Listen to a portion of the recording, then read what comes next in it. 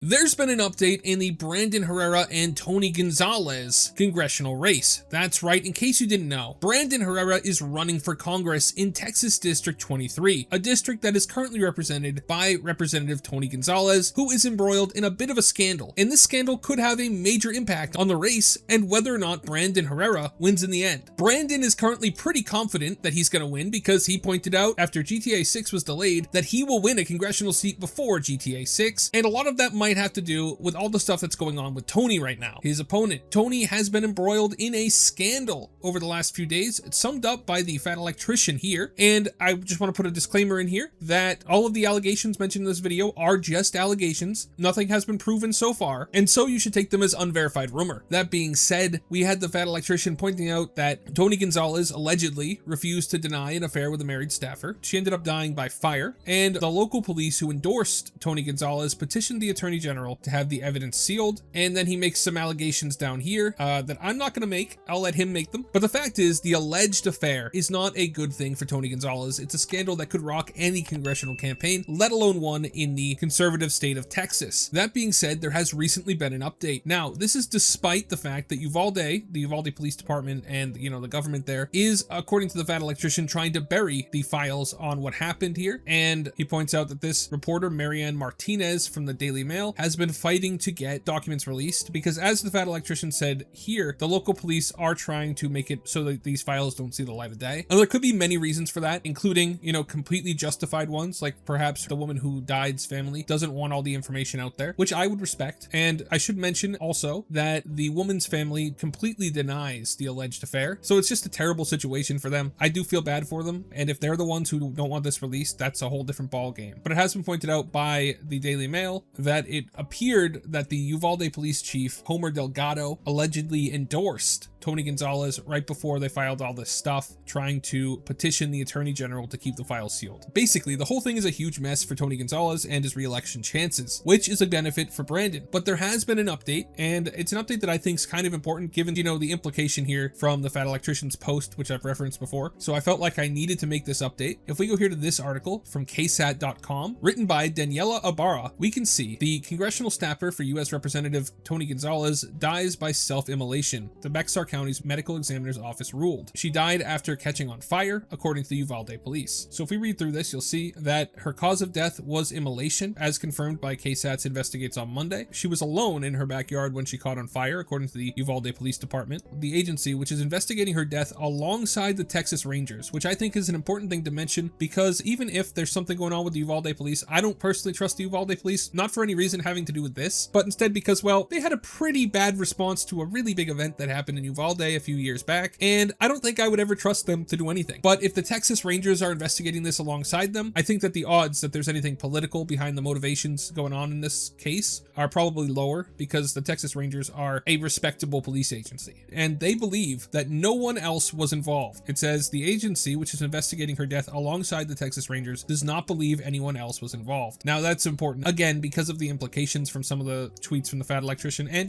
just generally in the community, I've seen people making these, ties that maybe something nefarious went on here. And I mean, I'm not going to blame you for jumping to those conclusions. However, I did feel like it was important that I update this and mention that the Texas Rangers, especially, do not believe that anybody else was involved. Now, KSAT actually goes on to talk about how the Uvalde police are trying to hide the documents from this, and I think they give a fairly decent reason as to why they wouldn't want this released. So let's take a look at that. Obviously, KSAT investigates, and several other news agencies have filed records requests for 911 calls, police reports, and body camera footage from the incident. In an October 24th letter sent on behalf of the city of Uvalde to the Texas Attorney General Office, the attorney Austin Beck said that law enforcement initially investigated the case to see if any charges should be filed. The investigation, according to Beck's letter, will soon be closed without any criminal charges being filed. The city is still asking the Attorney General's office to withhold records under a statute that prevents records from cases that did not result in a conviction or deferred adjudication from being released. According to the city's letter, Beck argues that the information involves a person who is not a public figure and would violate common law privacy rights for her family. The fact that the death in the case resulted from self-inflicted injuries, whether accidental or intentional, is already publicly known, Beck wrote. The information concerns mental emotional distress, as such information is comprised of highly highly intimate or embarrassing facts, and the details of which are of no legitimate interest to the public. Her husband, through his attorney, is worried about the release of records related to his wife. The attorney said nobody needs to see body cam footage of the officers speaking with her, and nobody needs to hear or read what she may have said to them. The attorney said in an email, "We feel her privacy and the family should be paramount, and that the public has no right to any of this." I actually 100% agree with this statement, right? If her family doesn't want this stuff out there, then I think that makes it entirely understandable why the Uvalde Police Department is filing these requests, especially because, it's becoming a political thing. So I find it, just as a human being, I think it's perfectly reasonable for them to request that none of these records be released. And quite frankly, if I was in their position, I wouldn't want these records released either. I mean, I know that this whole thing has become a big political incident, right? And when you lay it out, it looks really, really bad. I'm not gonna lie. But sometimes you just gotta remember the human and remember that sometimes stuff just happens and that stuff can be bad. Now, of course, I still don't know whether or not there was an affair like the allegations say. The Daily Mail seems to still be standing by their reporting on that. But as for actually releasing the documents and all the stuff about the investigation, I can 100% understand why they wouldn't want that released. That being said, they also point out that Gonzalez, who has been active on his X account, has avoided speaking with local media since his staffer's death. In October, KSAT and other media outlets were uninvited from a San Antonio event he was set to appear at days after her death, and they reached out to Gonzalez and his communications director, Alyssa Gillick, a combined total of 15 times since September 17th. Neither has responded. Now, this is something the Daily Mail has said also. As far as I know, as of recording of this video, Tony still has not made a statement on the allegations that he was having an affair,